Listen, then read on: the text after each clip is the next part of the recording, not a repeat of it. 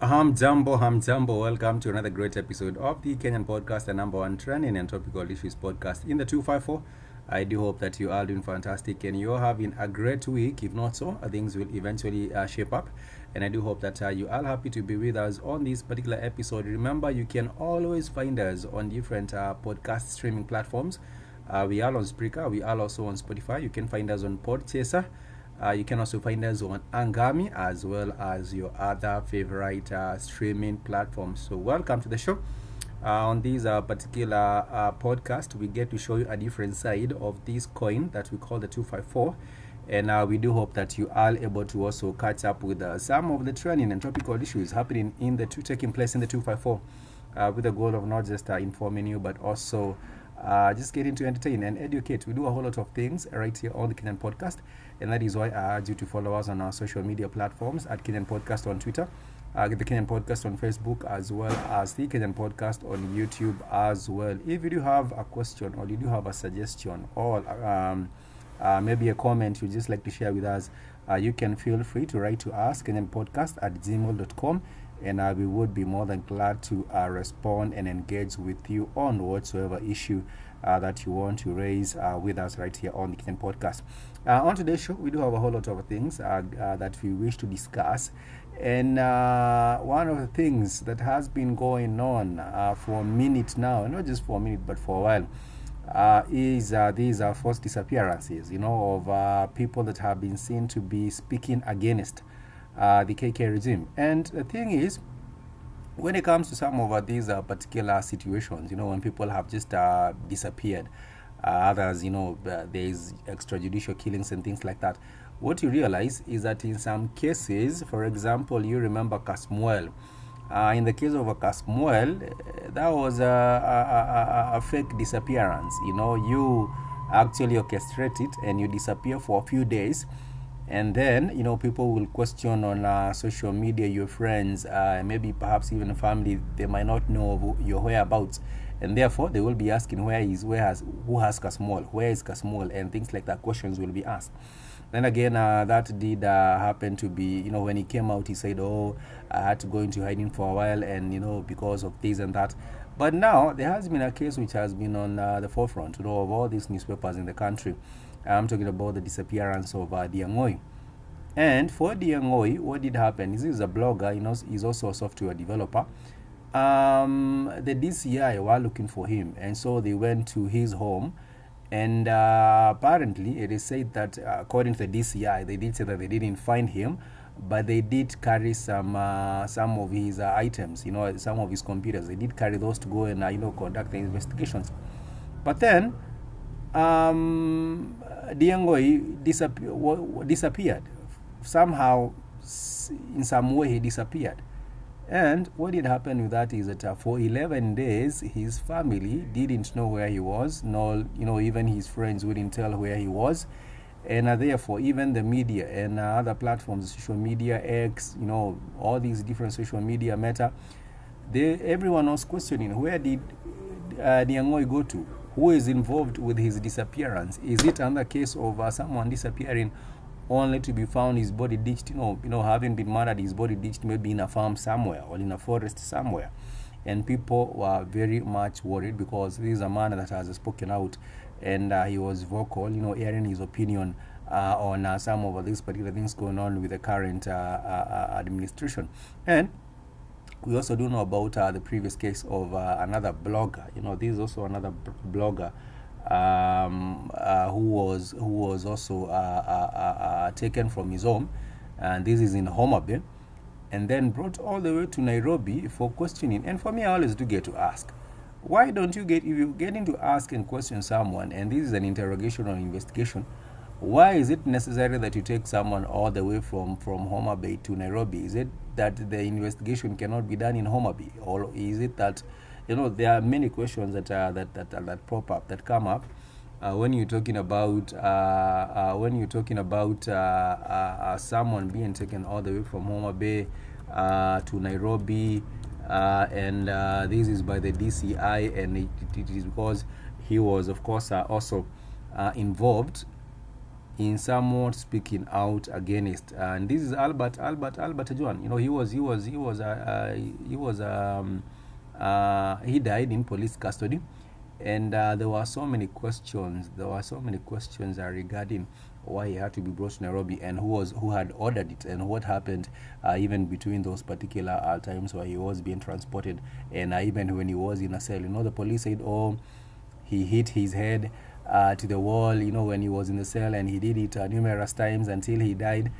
And that is, you take people for a fool one time, and then you take people for fools the second time. You can fool some people sometimes. There's a popular saying that says, you can fool some people sometimes, but you cannot fool all the people all the time, which is what the administration has been doing, And we know that there has been an attempt at police reforms, even changing it from the police force to the police service.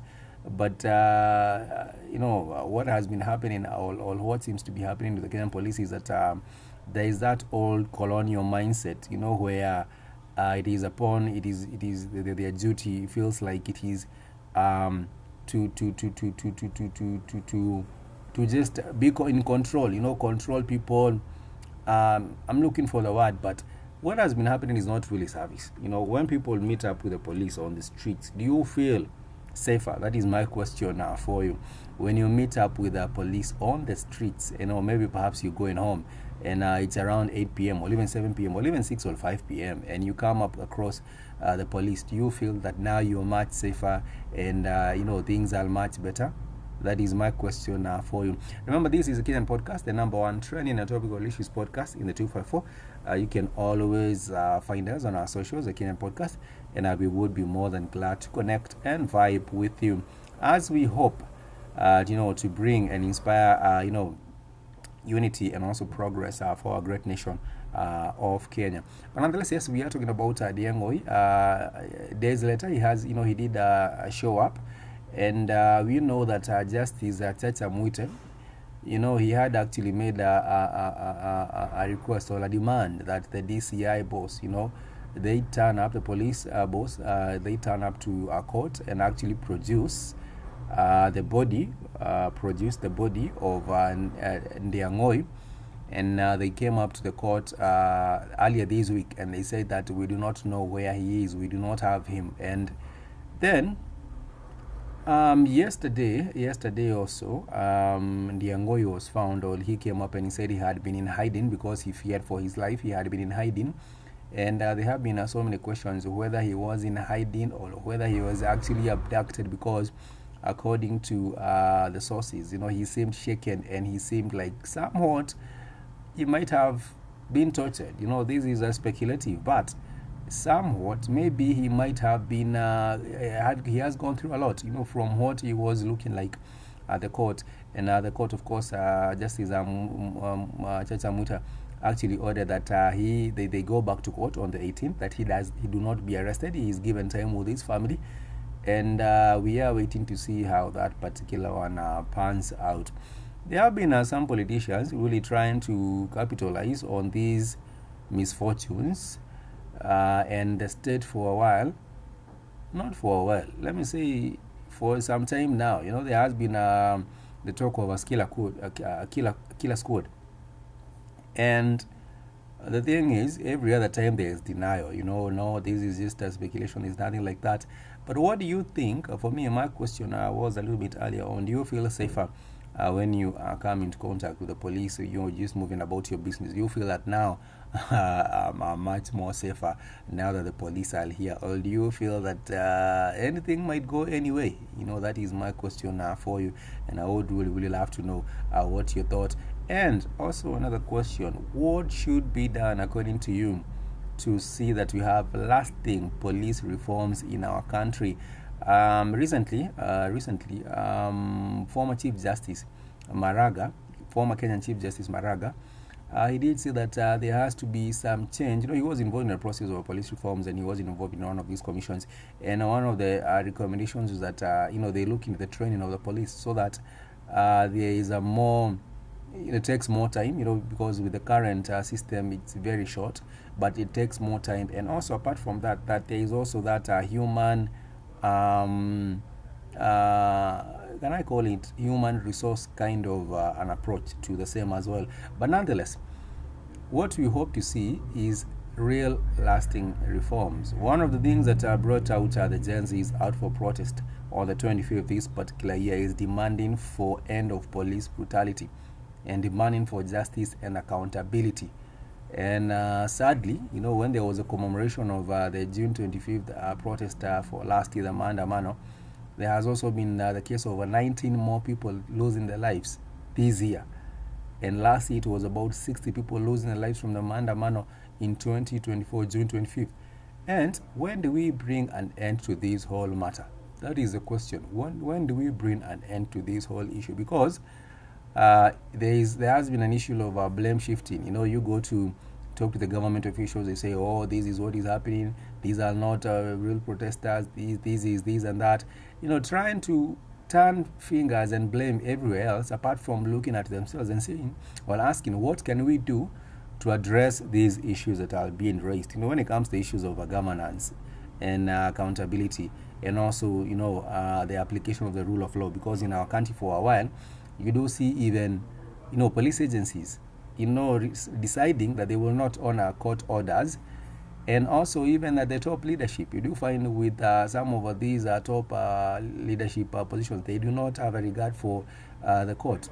But we know that no one is actually above the law, and that is why the people are really tired and wondering if this is a system where people feel that the force of law does not apply to them, or they feel that they are above the law in some type of way, then it becomes really difficult. Governance becomes difficult, and that is when people now slowly spiral into anarchy in some way. But nonetheless, let me know what you feel about this whole issue of Ndiangui's disappearance. For me, I would say one of the things that I would say is that if at all he did orchestrate these and have these plan it out, then it would put other people in danger. Because now if you're abducted for real and you're disappeared for real, then people might not take it seriously. Say, okay, maybe he did it as Ndiangui and he went into hiding. And then if you murdered or turn up dead, then people would say, oh, maybe perhaps it was something just did happen, we do not know. And therefore I would say the country is not heading in the right direction. If you get to ask me, I think the government or the leadership of the day, they have a responsibility. The populace or the citizenry have a responsibility as well, because in some situations we do see people also not being very responsible on the citizenry as well. And there was a time when there was even an initiative for the police to be more, it was called Polycare. I think it's a Polycare initiative or a police care initiative, where people are actually, it was supposed to bring up like a partnership between the community and the police, that community policing initiatives. But nonetheless, I think it has not borne any real fruits. Let me know if you think that actually bore any fruits.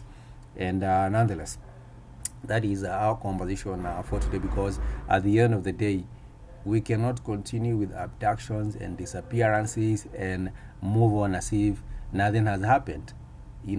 We do find, like last year there was a disappearance of some individuals that were involved in the Maandamano. Some of them, their body found at the quarry, others found in different places, and these cannot continue. And then you would have as many prayer breakfast. Some of these things, they you do get to sit and wonder, and you figure and you thinking to yourself, what is happening? Nonetheless, this is the Kenyan Podcast, the #1 trending and topical issues podcast in the 254. As always, please, we would love to hear your opinion on some of these particular issues. What do you think? What reforms are needed according to you in the Kenya Police to make sure that people have trust in this particular police service? What reforms are needed for people to feel that the police service is working in Kenya? And that is my question for the day. I want to wish you a happy and a productive rest of the week. Remember, it is quite necessary that you are involved with your civic duties. Do not just be a citizen that is passive, be an active citizen as well. If there is a matter of public participation, and it is a matter that you have an interest in, please make sure that you do go check that out, because the government, and also not just the government, but when it comes to public service, there has to be a level of accountability, but that can only be achieved if there is active citizenship. Active. You playing your active civic duty in terms of knowing what is happening and why it is happening. And even when things it come to matters like even the budgeting processes, there are platforms and forums where you do get to do public participation and other matters like that. Please make sure that you become an active citizen, actively involved in playing your civic duty. Much peace and love. I want to wish you a happy and a productive rest of the week. Till next time, I would love to say kwaheri. Stay safe. Amani.